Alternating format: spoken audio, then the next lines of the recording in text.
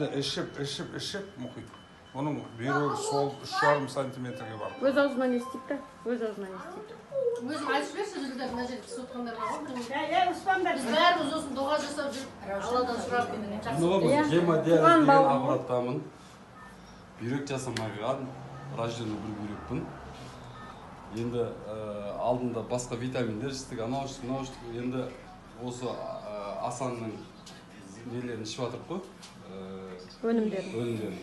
Қазір бұға дейін, Асанға дейін мен бір неге өзіге түсіргем. Ол кезде 3-те 6 тұрын размер. Бұлай да бұлай. И одан кейін қазір уже осыны іштімді, 3 ай тоқтатпай іштім. Вообще тоқтатпай бұл шайын тоқтатпаймыз. Өткенде түсірдім, уже 6-да 5 болғандар почканың размері.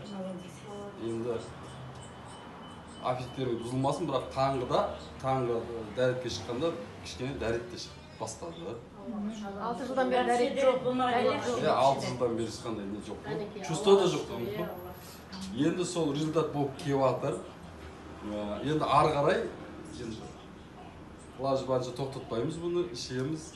Бірақ шыны керек, мен бұл нәрсеге просто өзім тұтынушы болып отырмын, бизнесіне кірісіп отқан жоқпын. Енді кірісеміз енді. Нәтиже жақсы болсын. Енді сол жайлап болып